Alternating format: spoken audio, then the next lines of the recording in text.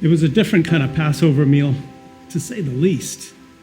I remember just as we were about to sit down, Philip leans over and he whispers to me, "Hey, Thomas, I feel like something special is going to happen tonight." I just said, "I doubt it." Well, I was wrong. Jesus got up from the table and he walked over and he grabbed a basin of water and a towel. I remember thinking, what's Jesus doing with the foot water? I doubt he's going to be washing somebody's feet. Well, I was wrong. He knelt down and he began to wash Bartholomew's feet. Old Bart just sat there. He didn't say anything. He didn't move. None of us did. And Jesus finished, and he went on to James, and then Andrew, and then all of the rest of us. I remember at the time thinking, this is so strange. And yet it was so wonderful. I doubt anyone is going to say anything right now. I was wrong. You know who broke the silence. Peter. No way are you going to wash our feet. That's what I told him. He could wash other people's feet, but he wasn't going to wash mine.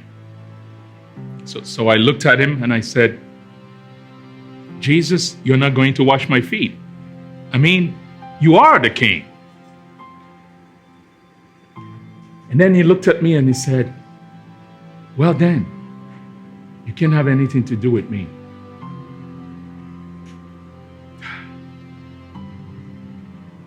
Okay, wash my feet, wash my hands, wash my whole body if you have to. And he looked at me and said, "No, your feet will be just fine, Peter."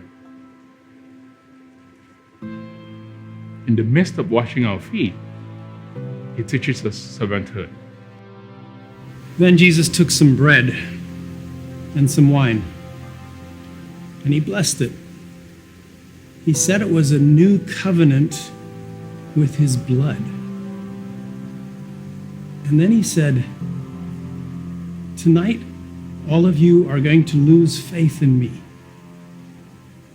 I remember thinking right then, lose faith in you? Never. But I didn't say anything. I just sat there. I couldn't just sit there. I had to say something. So I looked at him and I said, "Jesus, I love you. You can count on me. You can count on me. Everybody else may fall away, but I will not. You can count on me." And he looked at me and he smiled and said, "Peter, you will deny me 3 times before tomorrow morning."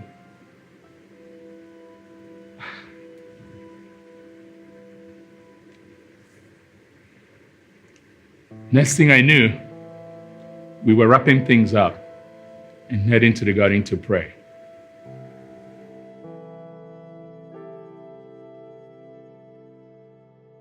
Once we got into the garden, it just got crazy. Jesus asked Peter, James, and myself to go a little further in the garden with him and pray. We did. We tried. Well, we just kept falling asleep, and Jesus kept waking us up. Then I remember one time Jesus said, "The spirit is willing, but the flesh is weak." That's true. It was all a blur. And to think this whole thing got started because of Judas. Did he really think what he was doing was right? There he is. He is the one you want. The one praying by himself. Now the others, they will try to come up and create some scene. But The one that I kiss on the cheek, that's the one you want. Now, 3 pieces of silver for this, right? That's what we agreed upon? 3 pieces? Forget about the rest. The one that I kiss on the cheek, he is the one you want. A kiss? Judas betrays Jesus with the kiss of a friend? It just got crazy. Peter grabs a sword and cuts off this guy's ear. And Jesus, well, he reaches down and grabs the ear, puts it back on the guy's head, as if nothing had happened. Then they took him. They took Jesus. I wish I could tell you all that we fought for him, but we didn't. Everyone ran. I ran. I'm so ashamed. What have I done? What have I done? Was I so stupid to think I've killed him? I've killed him. I've crucified Jesus.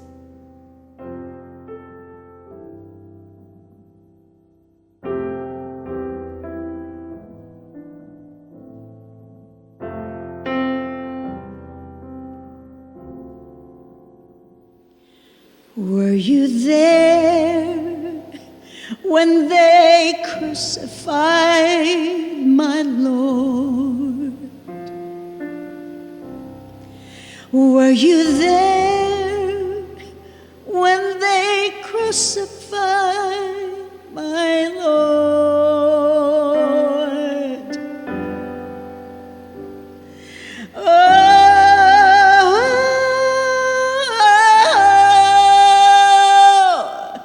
Sometimes it causes me to tremble, to tremble, tremble.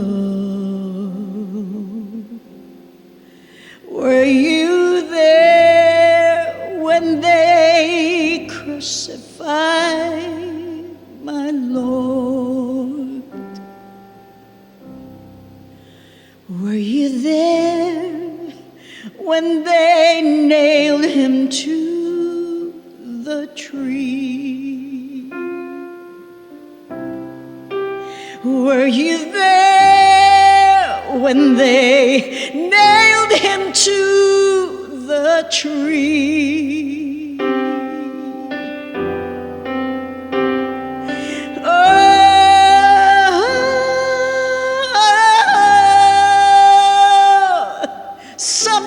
Sometimes it causes me to tremble, to tremble, tremble. Were you there when they nailed him to the tree?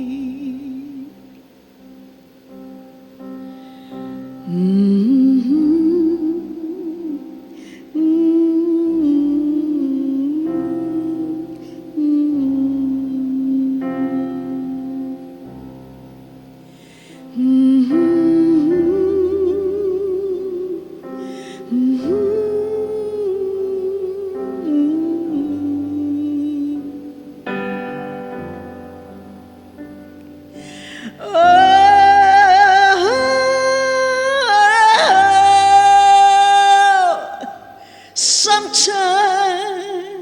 it causes me to tremble, to tremble, tremble.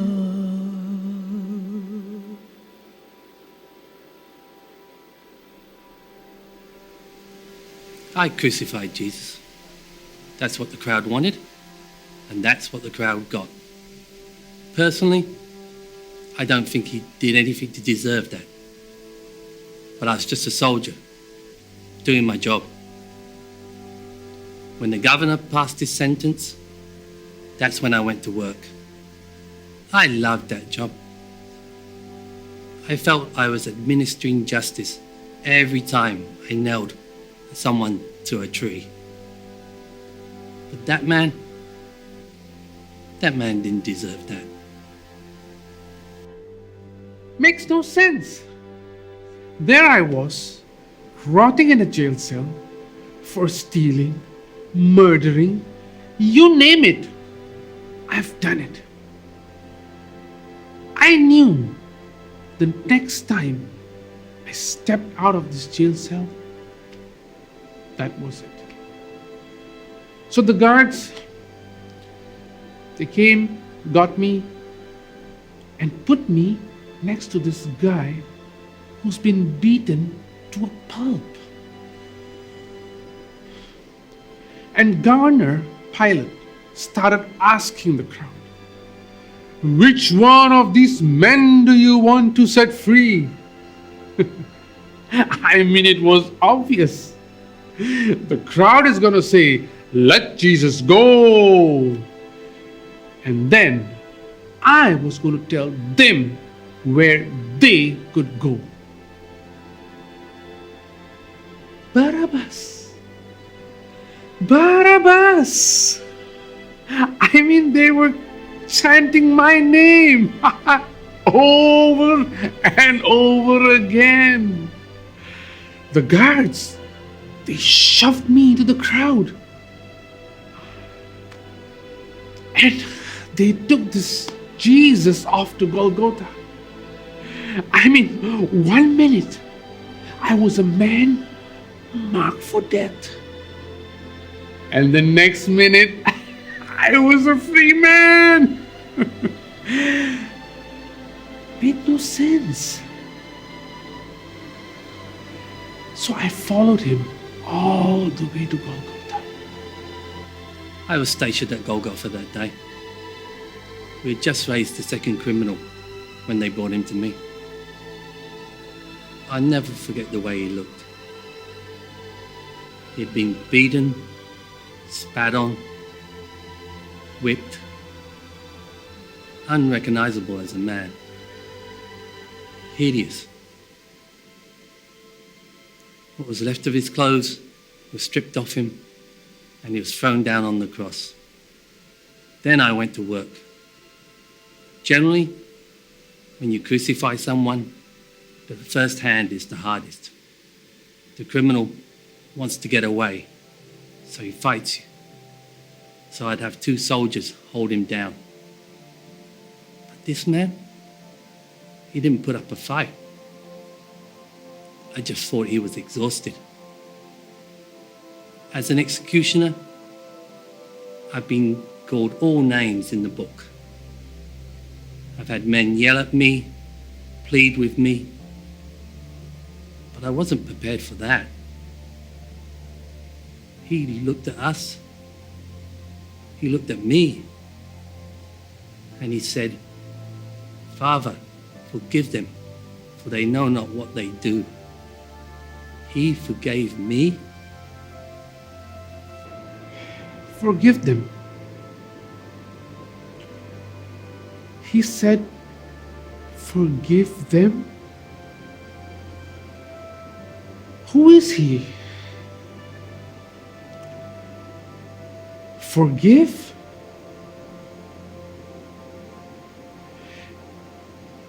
It should have been me up there.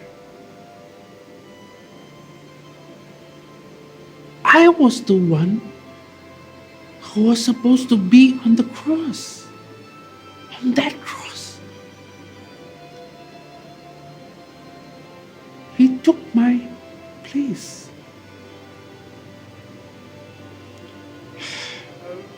Then I looked up and I remembered he took deep, agonizing breath and he said, "It is finished."